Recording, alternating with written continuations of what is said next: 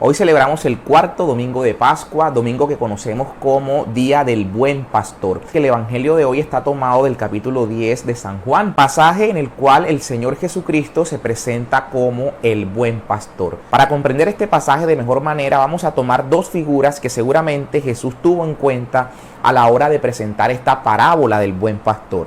La primera es que ya al atardecer, los pastores llevaban sus grupos de ovejas a un sitio donde las agrupaban todas. Y allí cada pastor dejaba su grupo de ovejas al cuidado de un guardia. Se iban los pastores a descansar y al día siguiente regresaba cada uno por su grupo de ovejas, las cuales, conociendo su voz, estos llamaban y se iban al frente de las ovejas para llevarla a los pastos o a los abrevaderos.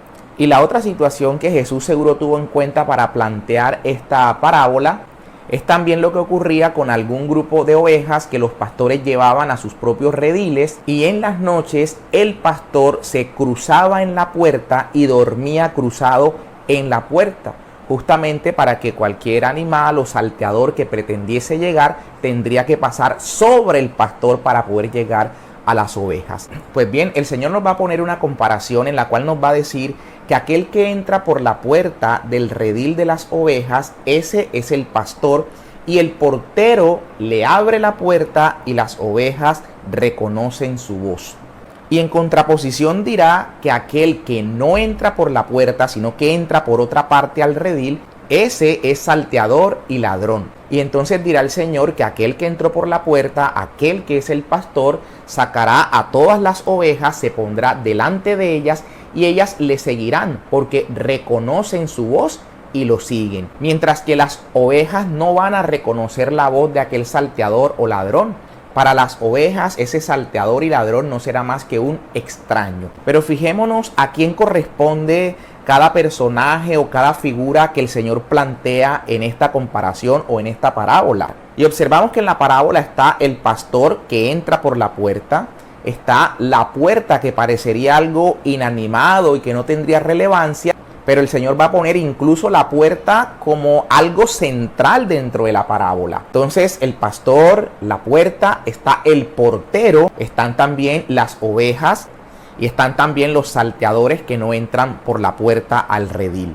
El Señor en algún momento podría incluso confundirnos con la explicación que hace de la parábola, porque primeramente dice que Él ocupa el lugar de la puerta, Él es la puerta, pero luego va a decir que Él es el buen pastor. Y en efecto, empecemos contando primeramente por qué el Señor se presenta como el buen pastor, para entonces entender luego el resto de figuras de la parábola. El Señor se presenta como el buen pastor porque está evocando el profeta Ezequiel capítulo 34, cuando se hacía un reproche a los pastores de entonces, que prácticamente eran los reyes, los sacerdotes, los profetas, aquellos investidos de autoridad que debían conducir, guiar al pueblo. El profeta Ezequiel va a hacer el reclamo de parte de Dios, diciendo que muchos de estos pastores habían trasquilado a las ovejas, se habían vestido con la lana de las ovejas, se habían tomado la leche de las ovejas, no habían vendado a la oveja herida, no habían ido a buscar a la oveja perdida, en fin, habían maltratado el rebaño o incluso habían utilizado el rebaño para sus propios fines. Pero el profeta Ezequiel no se va a quedar solo en la denuncia, en la censura, sino que va a traer el anuncio de que el mismo Dios será quien pastoreará a su pueblo, que va a suscitar un pastor a la manera de David. Un pastor que va a sanar a la oveja herida, que va a buscar a la oveja perdida. Y entonces cuando Jesús pone esta parábola, se anuncia a sí mismo como el cumplimiento de aquella profecía mesiánica de que aquel pastor que vendría es justamente Él. Yo soy el buen pastor. Doy la vida por mis ovejas. Así que poniendo en el centro este anuncio del Señor Jesús, en el cual Él se presenta como el buen pastor, podemos entonces entender por qué en la parábola se presenta como la puerta por la cual entra el pastor. Pues bien, siendo Él el buen pastor, delega en sus pastores el cuidado de su rebaño. Esto es importante porque muchos, malentendiendo la única mediación de Cristo, no admiten o no aceptan el hecho de que el Señor delega en sus apóstoles, delega en sus pastores, no solamente el cuidado de su rebaño, sino además la dispensación misma de la gracia. El Señor es el único sacerdote. Sin embargo, el día de la última cena, encomienda a sus apóstoles, hagan esto en memoria mía. Es decir, instituye los sacerdotes que participan de su único sacerdocio. El Señor obró en la cruz la redención del género humano, el perdón de nuestros pecados. Sin embargo, al resucitar lo que hace es encomendar en sus discípulos el perdón de los pecados. Sopló sobre ellos, les dijo, reciban el Espíritu Santo. Con la autoridad que él recibió del Padre, se la da ahora a los apóstoles para que perdonen los pecados. A quienes se los perdonen les quedan perdonados, a quienes se los retengan les quedan retenidos. Así entonces, también después de la resurrección, este buen pastor llama de entre los suyos al apóstol Pedro y le dice: Pedro, ¿me amas más que estos? Es decir, que el resto de los apóstoles. Pedro le responde: Señor, te amo. Y Jesús le va a decir: apacienta mis corderos. Por segunda vez le va a decir que sí lo ama. Pedro le responde que sí: apacienta mis ovejas. Y por una tercera vez le va a decir también el Señor: apacienta mis ovejas.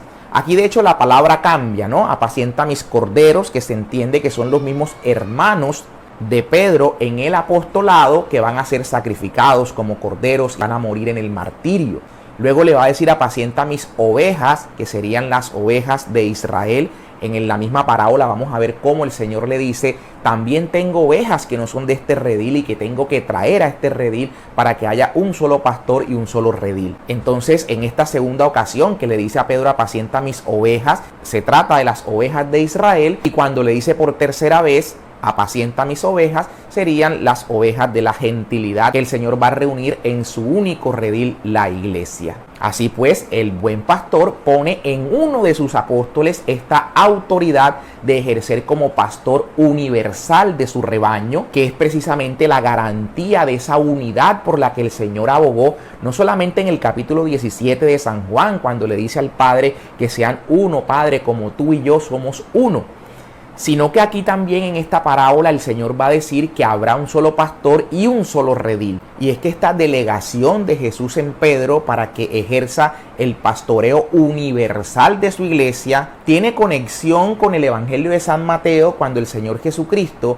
le entrega las llaves a Pedro diciendo: tú eres Kefas, o tú eres piedra, y sobre esta piedra edificaré mi iglesia.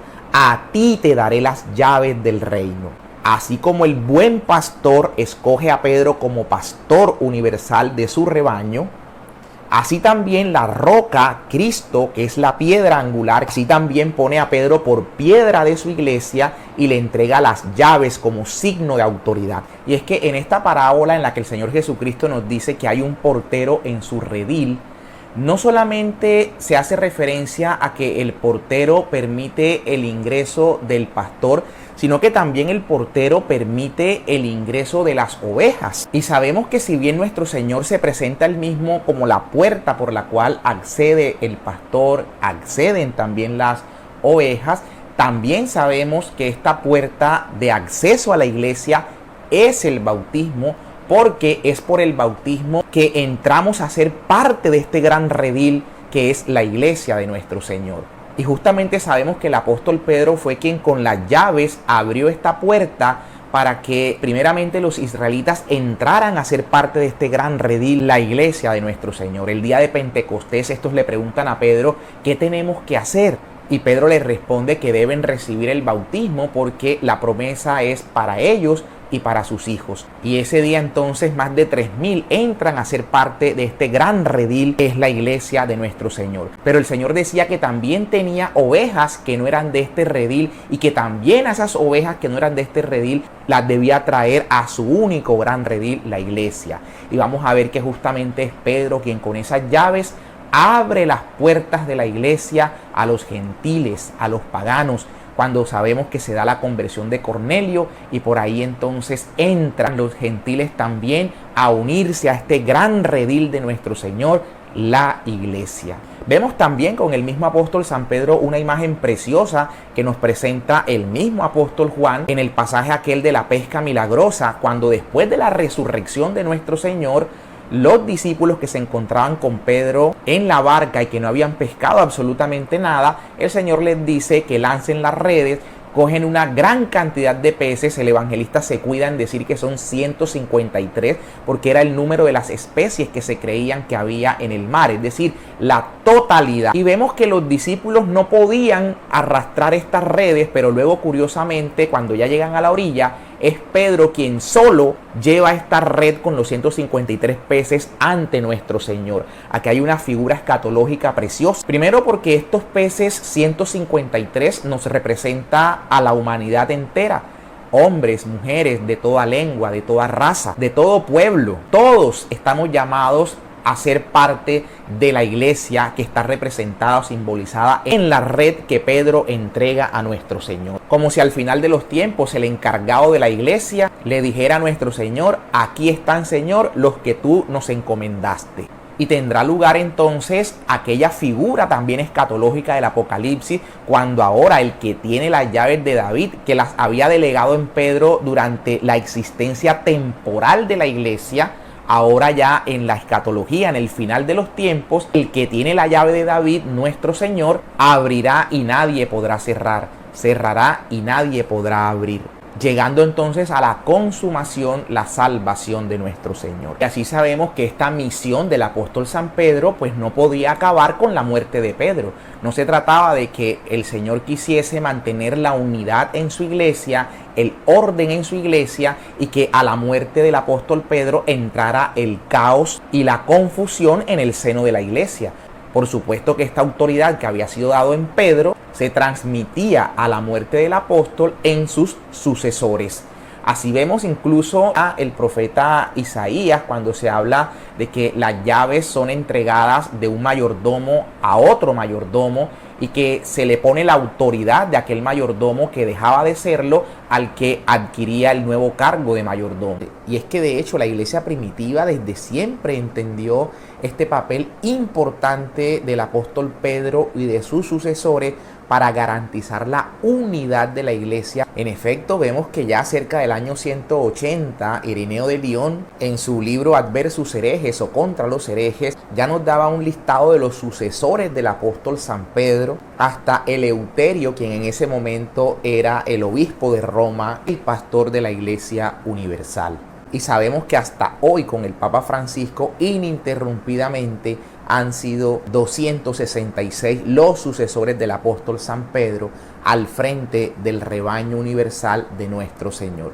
Pero vale decir que a lo largo de la historia, que sabemos que ha habido muy buenos pastores, pues también ha habido quienes han dado antitestimonio y han manchado la iglesia con sus conductas, con sus faltas. Y también sabemos que muchos que no han entrado por la puerta, que son salteadores, han venido a perturbar el rebaño, a dividirlo y a llevarse grupos de ovejas por fuera del único redil del Señor. Es muy triste que ovejas del redil del Señor hayan oído estas voces extrañas y se hayan ido tras estas voces extrañas, creando rediles aparte del único redil que el Señor ha querido, su iglesia. Pero más triste aún, y como ya en su época advertía el cardenal Newman, quien venido del protestantismo abrazó la fe de la iglesia, anunciaba que el tiempo sería peor cuando pastores dentro de la misma iglesia, no solo sacerdotes, también obispos de la iglesia, no fieles a la voz del Señor, que es la del magisterio, presentan sus propias voces distorsionadas, engañando a muchas ovejas y adulterando la doctrina del Señor al interior de la iglesia,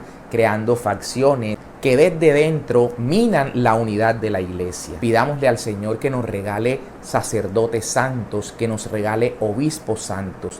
Santo Tomás de Aquino claramente decía que quien en la iglesia, ostentando el cargo de pastor, quiera también llamarse buen pastor como Cristo, tiene entonces que hacerse una sola cosa con el Señor. Pidámosle a nuestro Señor que nos suscite sacerdotes y obispos fieles a su vocación, a su ministerio, que atienden la voz del Señor y que saben que esa voz del Señor es custodiada sin defecto por el magisterio de la iglesia.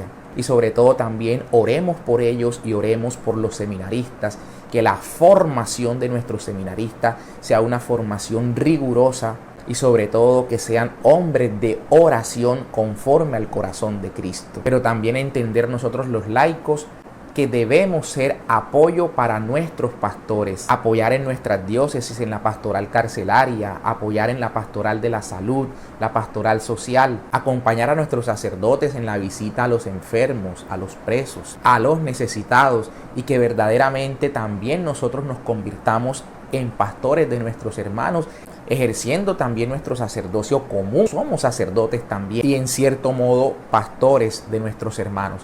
Que no digamos como Caín, ¿qué tengo yo que ver con mi hermano? Sino que por el contrario, estemos también atentos a las necesidades de nuestros hermanos. Oremos entonces por nuestros sacerdotes y pidámosle al Señor que nos regale sacerdotes santos conforme a su corazón, y que María Santísima bendiga a tantos y tantos sacerdotes que abnegadamente entregan su vida por el servicio de la Iglesia, por obediencia a nuestro Dios y por amor a los hermanos. Un feliz domingo para todos.